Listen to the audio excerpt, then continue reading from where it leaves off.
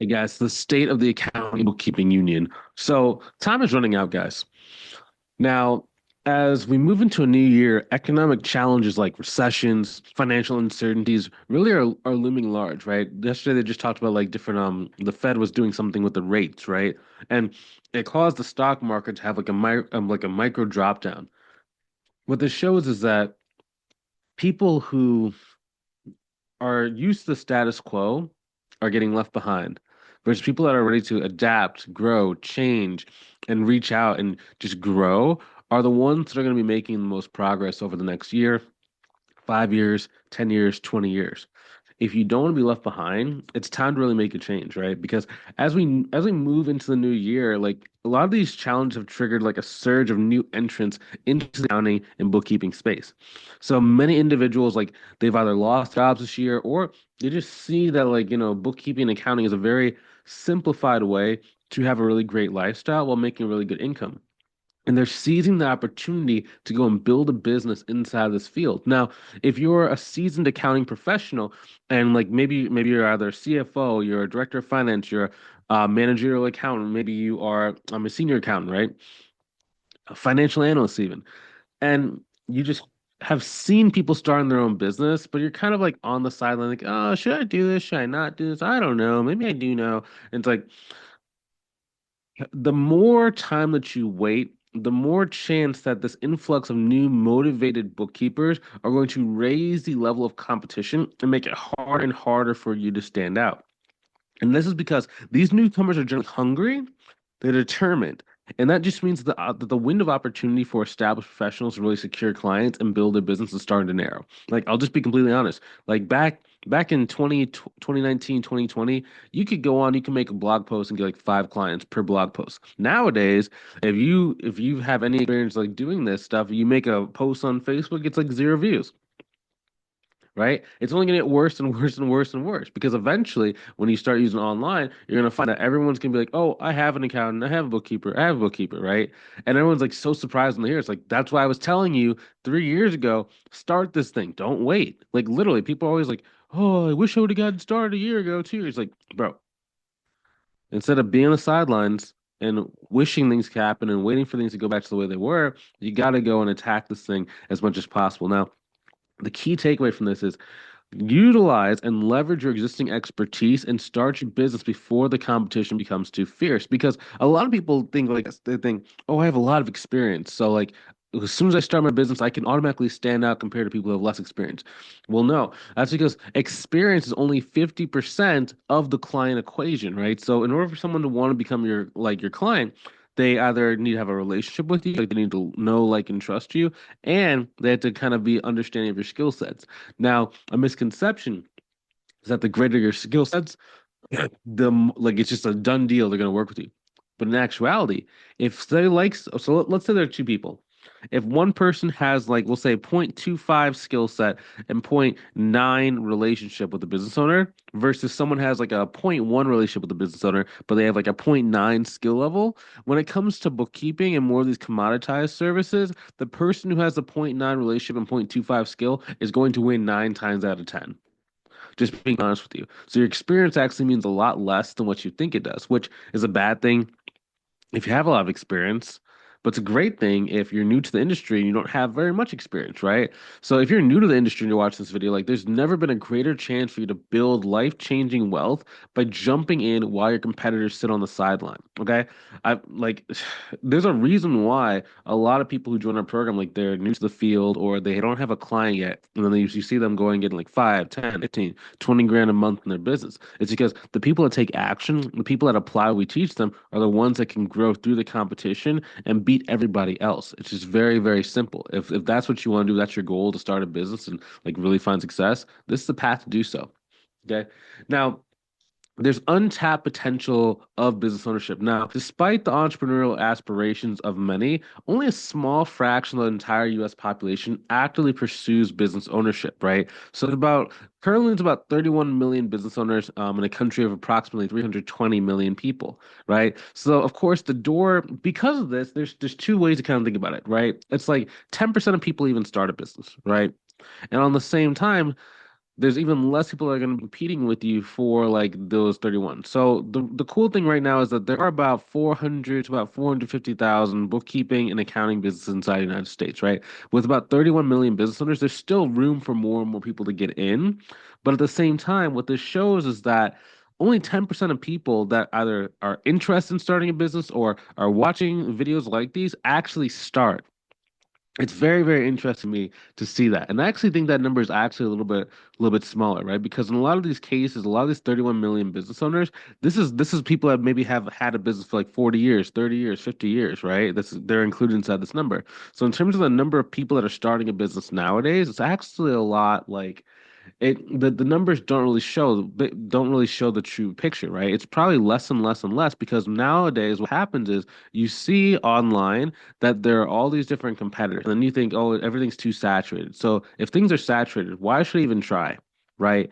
And it's just like it's actually the opposite way. The more business owners that there are that are starting a business, the more likely that if you start your business, you can go and get clients as well because new business owners eventually become old business owners.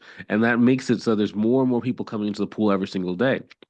Now, the primary hurdle for most professionals is a lack of confidence or knowledge about starting a business. Now, however, like the right mentorship and support, like if you have that, the barriers can really be overcome. Now, there are a lot of programs that there's a lot of programs out and just really understanding like what program is the right one for you, that's a critical thing. Now, a couple different ways you can think about that. So for me, what I did was I joined as many different programs as I wanted. Now, for most of the programs that I joined, some of them were effective, some were not effective. Now, the challenge is that if you have very limited money, you have to be more and more um, precise with the courses you take, right? Because like for me, for example, I didn't mind, taking all of my excess income from my job and like investing into different courses, but not everyone's like that, right?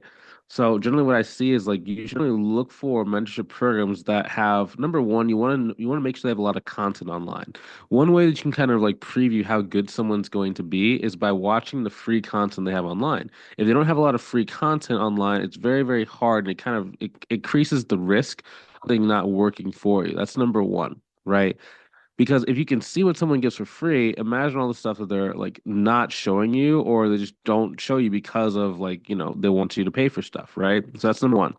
So it's like if their content's trash or non-existing, they probably don't know enough to kind of like, hold like they don't know enough to like really teach you the right things versus if they have a lot of content online, it's like, they can just give you so many different ideas. They don't mind, giving value for free. It just makes things a lot easier for you to be able to kind of get a feel for them before the call. Now, next thing, I would also go with like programs that like limit the participation to a select number of individuals to ensure personalized guidance. So that's really important, right? Because there's a lot of programs online that are like super large, right? Like there's this one guy who's doing like this like weekly or monthly challenge, right? And like once you get inside the program and you do like any of their like they do like group calls, right? And those group calls have like anywhere between like 30 to about 100 people. You never really get answers to your questions. You don't really have that much support. And like the support you do have is by like, like just random people they hired to be like coaches in their program, right? So it's like the success rate starts dropping because it's just the support level is just not there, right? Oftentimes when you buy a program, you're buying it for the customization, the ability to be able to like have an answer to a question so you can move forward as quickly as possible. That's another one. Now, another reason why it's important to like do a program where there's like a limit on the total number of people is because that means that they're very selective in who they actually allow in. Now, why is that important? Because some people like every single methodology is not going to be successful with every single person, right? There are some people that are more predisposed for certain type of coaching or certain types of marketing, right? So some people, for example, they're better with like LinkedIn marketing. Some people like they're better with video marketing. Some people are better with speaking marketing or in-person networking, right? So if you're doing a course like we work with every single person on the planet Earth, it's going to cause the success rate to be lower because every single person is different, right? And also, some people you can just tell right away, like they're more predisposed to like win than someone else, right? So if a program never turns someone away, then it's just like it's just designed to take money, right? Let's just be honest. It's just they call it like a money grab, where it's just like, hey, we're here, we're just gonna absorb as much money as possible, and then just like kind of leave people out to dry. It's almost like think about like universities, right? So think about like Harvard University. Do they accept every single person? No, they're very selective with who they bring in, and that's why they're able to have such a high result rate. It's like the average amount of money people make once they graduate from Harvard, right? It's all about a selection process. So if you're doing like a mentorship program, they're like, "Oh, we just accept every single person." And it's like, well, when you ask them like, "Why do you think I'd be a good fit?" They're like, "I don't know. We just want your money." You know what I mean? That's probably not the right one for you. Now, that's just the big thing when it comes to choosing a program, right? Because like that's a very, very important task, right? So how I like to do it and how I like to think about it is like watch the free content first, get a feel for like what they're gonna be teaching, get a feel for their personality if you even like them, and then get a feel for their lifestyle. Like, do you even like the lifestyle they live? If they're like always working, do you want to be always working? If they're, always stressed out, do you want to be working with someone who's always stressed out? There's probably a reason why they're stressed out, right? So leverage resources and really help get over that confidence level kind of skill gap and then kind of go and reach your goals. Cool. Next thing. So in terms of what was that? I don't know if I edited it.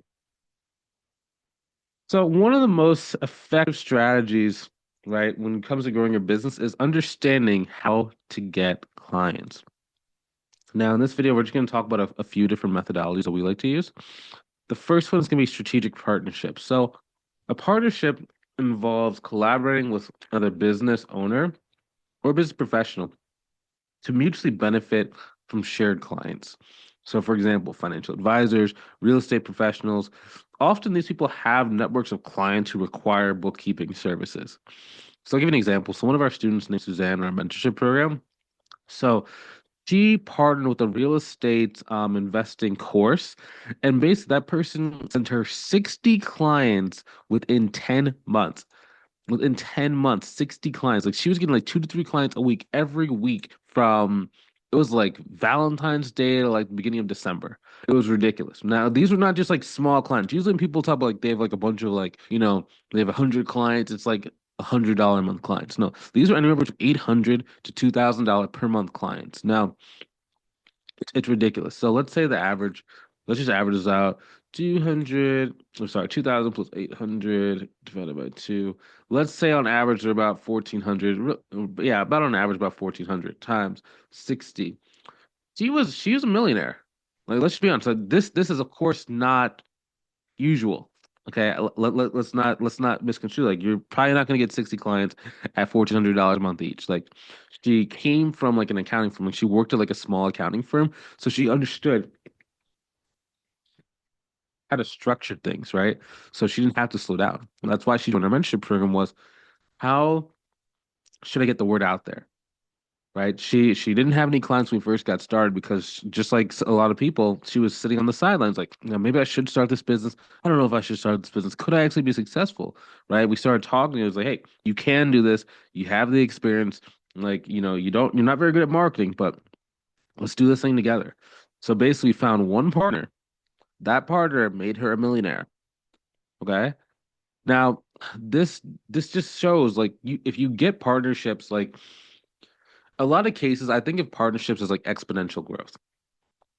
And the reason why is because whenever you do most marketing strategies, like let's say that you do a cold call. I'm not recommending you do cold calls, I'm just giving you a sake example. You do a cold call, you pick up the phone, you call a person, maybe you get one client. But usually, in order to get 2 or 3 or 4 clients, you have to keep picking up the phone. Now, some people say like, "Oh, well, what if I get client referrals? My existing clients refer more clients." That doesn't happen for everybody. I've seen that like some people are really good at getting referrals from their existing clients. Most people are not. So that let's kind of get that out of the door, right? I don't want to rely on my existing clients to give me referrals, right? Because if you notice, a strategic partnership is different. It's not your client sending you clients. It's other business owners sending you clients, right? So we can kind of control that more. We can get more yield out of that, right? But back to what we're saying, usually with marketing, it's like one shot, one kill. So as soon as you stop shooting, as soon as you stop doing the cold calls, your client growth stops. Versus with a partnership, you get one partner. A person can send you 2, 3, 4, 5 clients per year for the next 10 years, right? So it's one unit of energy equals multiple outputs and multiple returns. It's very, very, very cool, right? And it's very strong and very structured, very it's really just exponential. If I could say in one word, partnerships are exponential. Now, that's number one. Now, you also, in addition to having these partnerships, because partnerships can be very tricky, right? Oftentimes, the best partners have the most to lose. So you have to know how to build a relationship with them, even after you've talked to them the first time, to get them to send you clients. Like we can give you exactly what scripts to do to follow up. We can tell you exactly how you should follow up, what's the time frame of follow up. How do you ensure the person actually has referrals and actually wants to give referrals to you, right? So we can help you with that inside of our program. Now, while you're building these partnerships, you want to still have one of these one-to-one methodologies, right? Because earlier we talked about like you want to be able to control growth as much as possible. And while you're waiting for certain things to take off, you want to have multiple streams of clients, right? So at least 30% of your revenue should come from your direct client methodologies. Now, direct clients again provide stability and reduce reliance on any single source of income. Now, the goal is to target businesses that can pay between $500 to $5,000 per month with potential to scale as the business grows. Now, if you don't know what that means, like what kind of company would actually be able to pay you, it really varies depending on what industry you're going after, what service mix you're offering, and how you price your services. Now, if you want customized support as to like what's the right business for you that can afford to pay that price point, then I recommend like booking a call with us, see if you can join the mentorship program, and we can give you all that stuff in a much more customized fashion inside the program. Now, the key to securing these high value clients lies in effective consultation and pricing strategies. Now, many professionals undervalue their service due to a lack of market knowledge or confidence. Now, by mastering pricing and communication, accountants and bookkeepers can really secure clients willing to pay a premium rate for quality services. Now, here's an interesting thing. So half the people that struggle to charge high prices. So like if you're at the $300 a month, $400 per month price, there's two camps of people. Sometimes there's three, but I'm just going to make it simple for two. Number one is that you have a client that could pay you 800, 1200. You just don't understand A, how to recognize what they can afford to pay, B, you don't really understand how to determine what someone is willing to pay. And then three, since you don't know any of these things, you don't even know that you could be charged. Oftentimes, like a lot of the students that come to our program, if they already have clients, it's very simple to instantaneously double or in some cases triple their prices. Now, I'm not saying for you watch this video, just go triple your price on your client. There is a very structured way you approach this, right? How do you precede their mind you're gonna do a price increase? How do you get them to understand like what the reasonable price is? How do you get them to understand that you have underpriced in the past? How do you get them to feel comfortable about raising the price without being like, well, why are you raising the price? Nothing's changed. Like, so you have to have a really good process in place, right? But it starts with knowing what you should be charging. Now, a second group of people that I see is that they don't have the confidence to even charge the prices that they know they should be charging. For example, one time I did in my program, her name was Joanne, and when she was going after clients, she knew exactly what to charge based on her pricing tools, but her mindset was that every business owner was struggling, right? Because like she came from a place of struggle, both when she was growing up and inside of her regular life, right? Because she wasn't making enough money to really live a really good, like lavish lifestyle, right? That's why she joined our program to grow her income. But what happened was every time she would do like a consultation call, she would literally cut her price in half to kind of give the business owners a break, give them a break, you know? And I was like, hey, you can't do that, man. Like, not every single person is like you. And we had to do a lot of like really deep mindset work.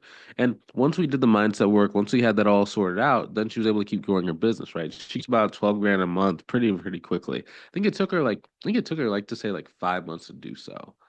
Um, actually compiling all the different like text messages she sent, all different video calls we did, all different testimonials that we did together and all the different stuff. I'm like trying to compile that into a video. But like right now it's like 2.5 hours long. And it's like I don't know if anyone's gonna like sit through and watch a 2 hour long like series. So I'm kind of editing it and kind of like thinking about like do I want to put it there? How do I want to do it? So it's really kind of cool and kind of interesting to see it play out. But that's kind of what we have you know working in the back of my mind right now.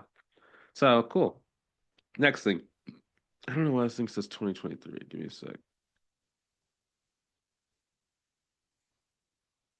Dun, dun, dun, dun. There's one thing I had to change on this document. I don't know why I did this. Cool. So there's some emerging marketing channels in 2025. Now, this is different, right? Because like there's some that are like really, really strong and they're very classics, right? Like so I like to think about LinkedIn as like my just stable platform where it's like you know exactly what you're getting when you do LinkedIn. It's very, very simplified and the tools are always getting better and more efficient for you to be able to utilize it to grow your business. Now, as a platform for professionals, LinkedIn enables precise targeting and low levels of spam, right? This is really important because if there's a lot of spam that goes on, number one, it makes it hard to stand out because people don't really see messages. They just see everything as spam and they stop looking at the messages. In the last like year and a half, LinkedIn has really done a lot to cut down on the amount of spammers on the platform. So it makes it easier for good apples and good professionals like ourselves to go and stand out even more amongst the crowd. Right now, it is very complex in the beginning and it's very daunting for a lot of people. So, what this does is there's less spam.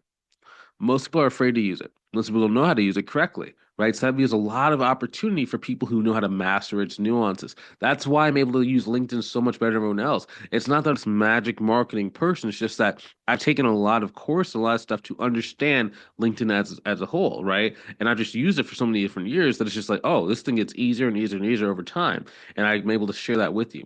Now, next is email marketing. So email marketing is actually a little bit unique, right? We talked about this. I think like I have one video on my channel that shows about email marketing, and that's because it's challenging for beginners, but it's also a very secret cheat code if you can get it to work. Now, the challenge with email marketing is that number one, how do you get enough emails to really like to send out that much volume?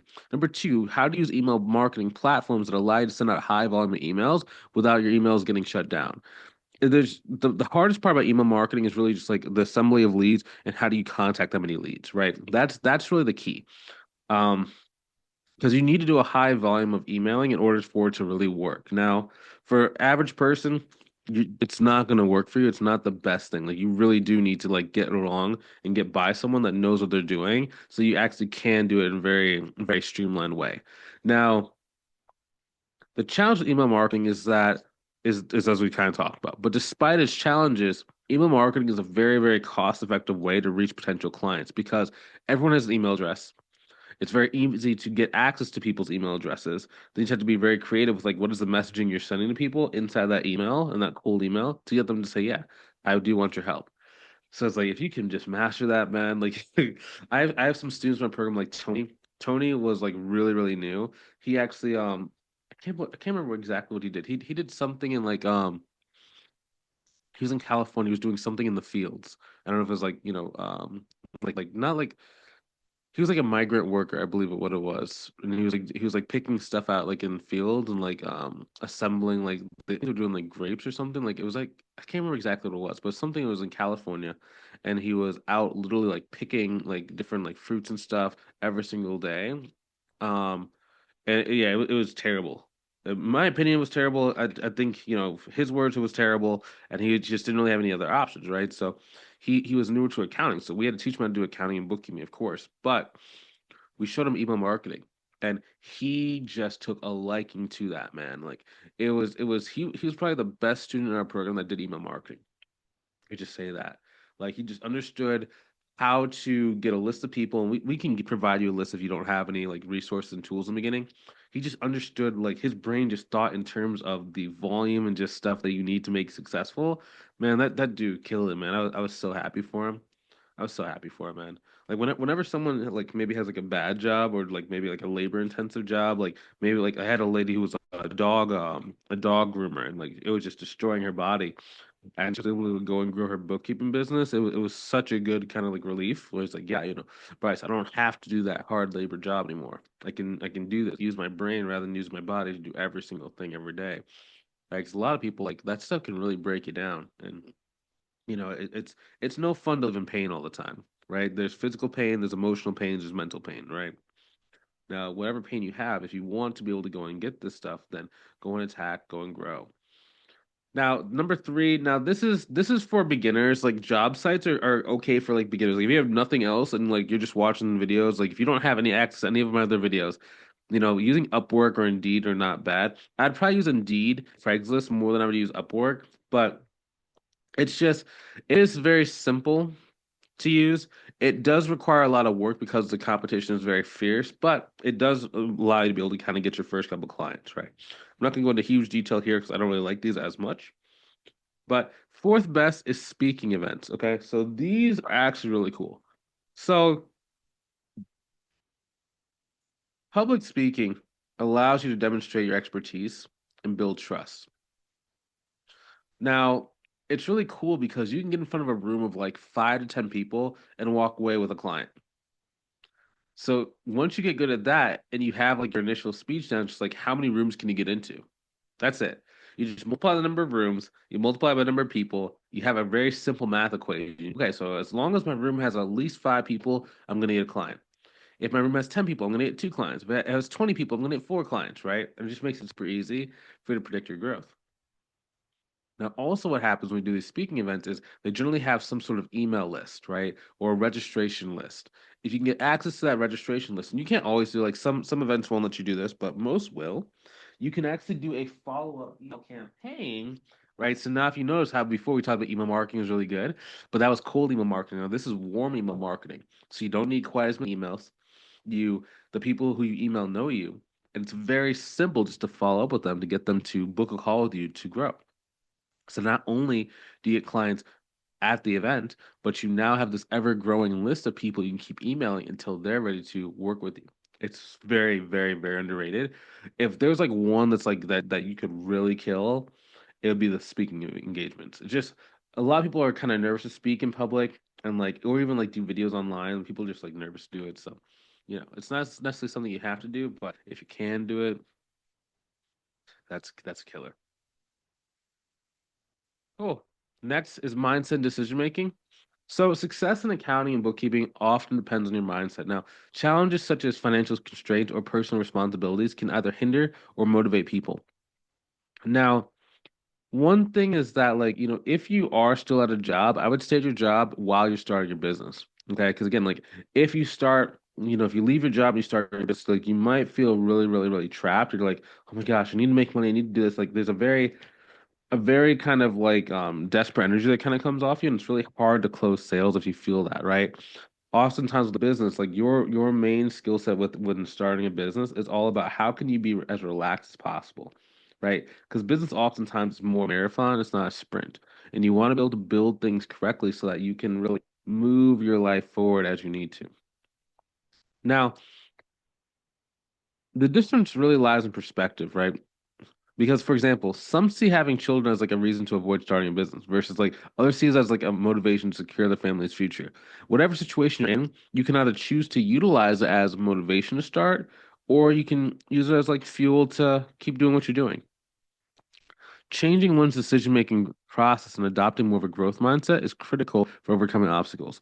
So no matter what you have, like if you have a full-time job, like I hear some people who are like really unsuccessful, they're like, I have a full-time job, I can't do anything else. Or I have children, I can't do anything else. Whereas people that I know that are very successful, like for example, I had a lady in my program, her name was Shannon, and she had was a family. She had 5 kids and a husband, right? And she was working a full-time job when she started her program. Like, it's kind of tough because like, especially for ladies, like, if you have a family and like maybe your husband, like maybe your husband doesn't do as much with the kid, right? Like you have to come home from working an 8-hour day and then still cook dinner and still do this and help with the homework and help with it's a lot, right? She had that times 5. But she was able to not only grow her business, but not only was she, so first she grew her business, then she quit her job, then she was able to spend more time with her family, then she continued to scale the business. The business grew to like 40 grand per month. And then what she did was she actually bought another firm once she was at 40 grand per month, and that firm gave her an extra 10,000 a month. So she gained to $50,000 per month. It took her about a year and 2 months to get to about 50 grand a month. 50 grand. So that's 50,000. That's a lot. That's a lot, right? But the cool thing was, since she was so used to the way that not having a lot of time, it actually worked to her advantage, right? Because when she did go to like, 20 grand a month, she's like, oh, I have so much time. I've never had this much time before. My job was taking up all this time, and wow, I can keep going, right? So she used those like really, really um hard, time-consuming aspects to really grow and fuel her future growth. So you have that choice now. So in conclusion, the accounting and bookkeeping industry is at a crossroads. Economic challenges and influx of new entrants have created both competition as well as opportunity. By acting decisively, leveraging partnerships, diversifying your client acquisition strategies, and adopting innovative marketing channels, you can actually, position yourself to succeed. Now, for those who are ready to take the leap, mentorship programs, there's a lot of programs out there that maybe can use to help. I always advise looking into my program, right? Because if you've been watching any of our videos and you're watching a 30-minute video and you're still here, you probably get along with our coaching process and our just the way we coach. So again, it's time to move decisively. It's time to move towards what you want. Whether you do it on your own or you do it with some help, do it. Just do something, right? That's the one reason why we start this video and then start this channel is because whether you work with us, you work with someone else, you work with nobody, you got to move forward. The only way we can improve your life is by you improving your life. Okay, so love to talk to you. Thank you so much for your time. I really appreciate you guys, and hopefully have a great rest of your day. Take it easy.